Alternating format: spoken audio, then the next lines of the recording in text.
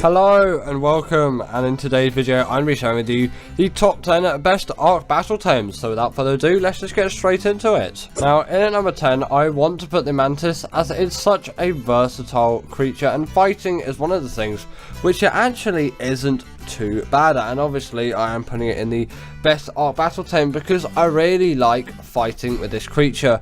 It is actually fun rather than just clicking and spamming a button. You might think about strategy a little bit more, although you still get a lot. That is Arc after all. That is where most of the combat comes from. You just sit there and click.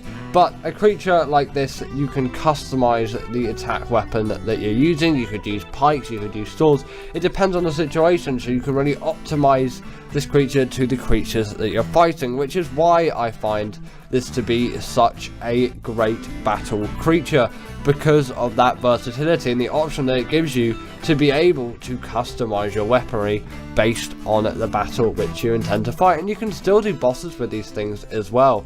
Although maybe not the most popular choice, Rampy did do the Manticore and Scorched Earth with just Mantises. It definitely is possible, and I've done quite a few bosses. I've done all the island bosses with the Mantis before, so pretty much all of those ones will be passable, no problem. Even the dragon is fine. So if you haven't, give these things a go. If you don't like them, you can always move on to the next list, the next creature on the list, sorry. Coming up next, I've decided to put the Baryonyx. This is a great caving battle creature, and again, it's sort of the perfect size for me as well. While no bleed ability or anything of the sort will be inflicted with a creature like this, it still has decent mobility and versatility. You can also stun creatures up to the size of a megalodon underwater, so the combat options are definitely still there for you, and it is a very viable option in my opinion. I thoroughly do enjoy using this creature. It is one which, you know, I will still continue to use a lot more of in the future, and I've used it tons in the past, and it has never let me down. Their health is decent enough that they will stack up in pretty much any fight. You can even destroy Gigas with these things with absolute ease. At least I've been able to. Carcharodontosaurus, you name it. Maybe don't do the extinction bosses with these things, but you can do a fair few bosses with the Baryonyx as well. Again, not the most popular choice, but still, for general combat around the map, the Baryonyx is going to be quite a good creature, and I think you should test it out sometime. You might be decently surprised if you already don't love these things anyway. The Spino is seemingly a creature which sort of seems to be forgotten about when it comes to battling Arc creatures, as the Rex does overshadow it. That creature is later on the list, by the way, because I think it definitely does deserve a spot here because of what it's done for the Arc battling just in generally. You can generally, I mean, the Rex has done a lot for us, and it definitely does deserve to be here, but so does the Spino. I'm putting it further back because less people do use it, but it has just an insane amount more mobility than a creature like the Rex, and it still does really pack a punch in damage. Its damage is actually generally higher than the Rex's, but its health isn't quite as good. But still, with higher damage, you can still get through those boss fights just even faster, and the lower health doesn't matter quite as much. For some of the more staged boss fights, you'll struggle a little bit more. But there is obviously all the X-Spino stuff on Genesis Part 1 as well, so if you ever did want any of those, then you can still get them with absolute ease. You shouldn't have too much difficulty with it. The Spino also, when it goes onto its hind legs, is really just even better at combat, and when it's on all fours, it can rampage through the map. It's got quite a lot of speed to it.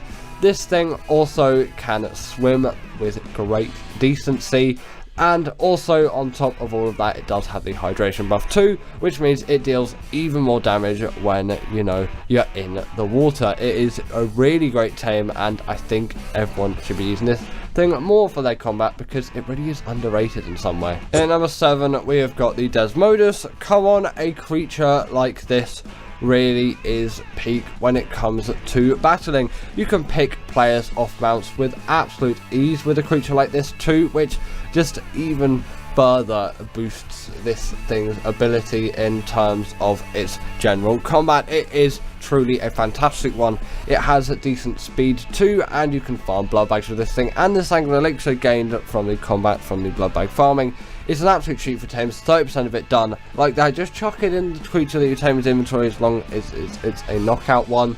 then press that E button or whatever your use button is in your equivalent term. I guess obviously I'm a PC player, so it's going to be E for me. But yeah, once you've done that, it's mind-blowing still to me.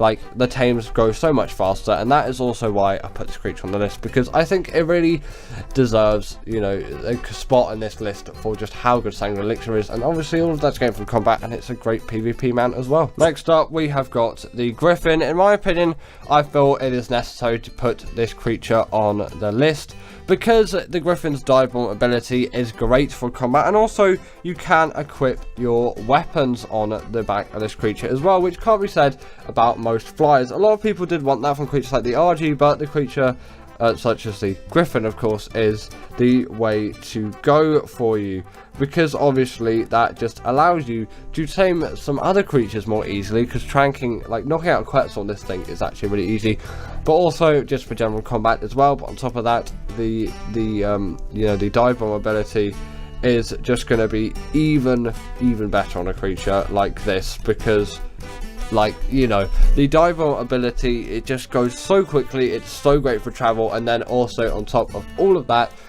it does a lot of damage too. If you're looking into wyverns as well, it would be great if you have one of these creatures, as you can go into that wyvern trench with absolute ease and get out with no issues whatsoever. This Bronto does get absolutely demolished by this Griffin, not just from its bites, but obviously from that dive bomb ability. I can't even remember if I hit it in this case. Let's hope I do, because it would be a little bit embarrassing if I just left a miss there in the B-roll. I think I dive bomb it and then I kill it. I'm confident. There's the Bronto, there's the Griffin. Damage was dealt, but I just finished it off with a bite. Either way, that's going to do a heck of a lot of damage. Love the Griffin. In number 5, we've got the Giga and the Carcharodontosaurus, and I think, they do deserve to make the list.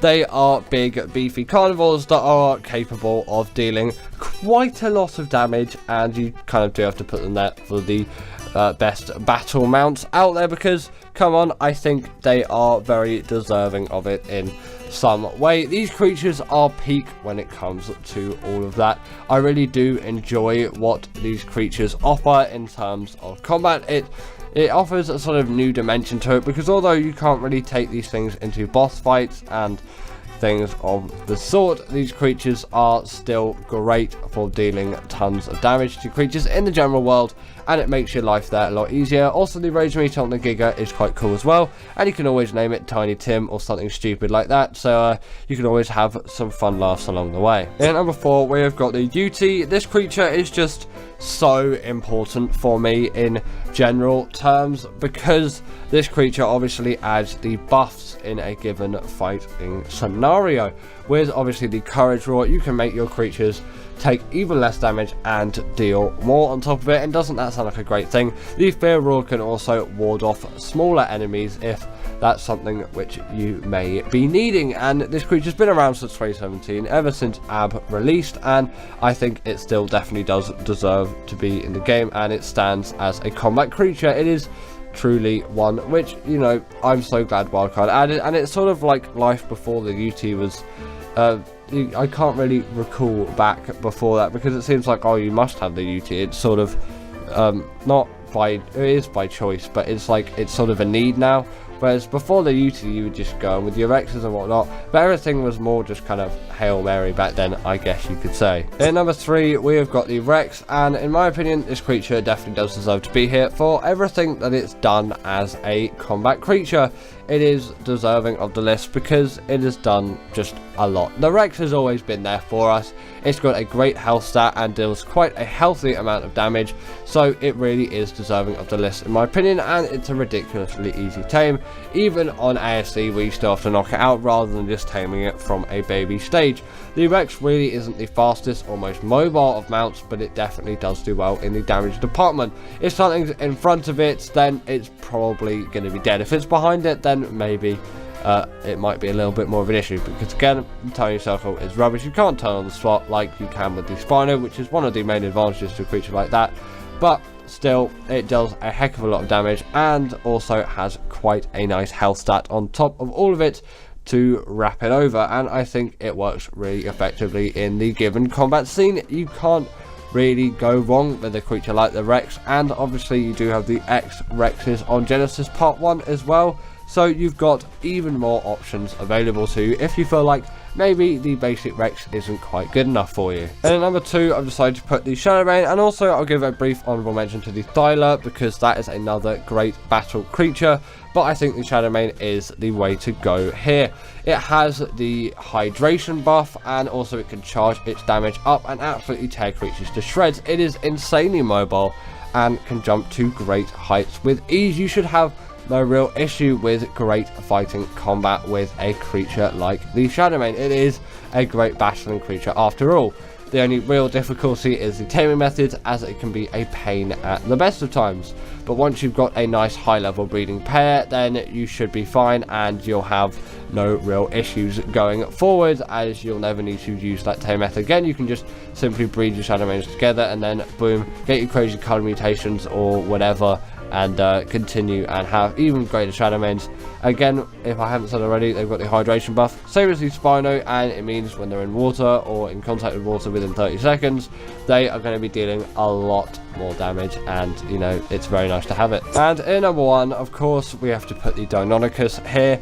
This creature has the bleed ability for a start, which little creatures on this list actually do have, but of course the creature in the number 1 spot does have to have it. It's also the perfect size carnivore for me. Like, it's not too big where it's sort of a bit of a pain to get around, and it's not too small where obviously you can't even ride it. Of course, it can grapple on to creatures and just absolutely rip them to shreds. The larger creatures will stand no chance, and it even deals bleed to bosses as well, which is just truly insane, and I am really loving all what you can get with the Deinonychus, and I always have ever since these things have released, and they're not really difficult to tame in my opinion whatsoever. Finding the eggs and stealing them in Crystal Isles and raising them really is not a challenge. Maybe it's not the most timely taming method, but still it really isn't one which you should be worried about in terms of difficulty. They don't take any full damage, they are insanely quick, they have the pack buff on top of that too if you've got 3 of them, same as a creature like the Aloe for example. Another great honourable mention for the list, although it's not making it today. And they can obviously climb any kind of wall or vertical surface, because they can just like parkour and grapple and jump from wall to wall. You'll have no real difficulty here. Essentially the Mario, if you will, of the Ark world. I really do love the Deinonychus. I can't get enough of it in a way. I do keep talking about it, but in my opinion it is the best Ark battle tame. And give it up for our patrons Ekaterina Puchkova and Karina Thorne, Dominic Maciejewski, sorry about that name, and everyone else that's on this list. All the people I've mentioned are paid members, and if you feel like that's something you want a shout out at the end of the video, go join the Patreon or become a paid YouTube member.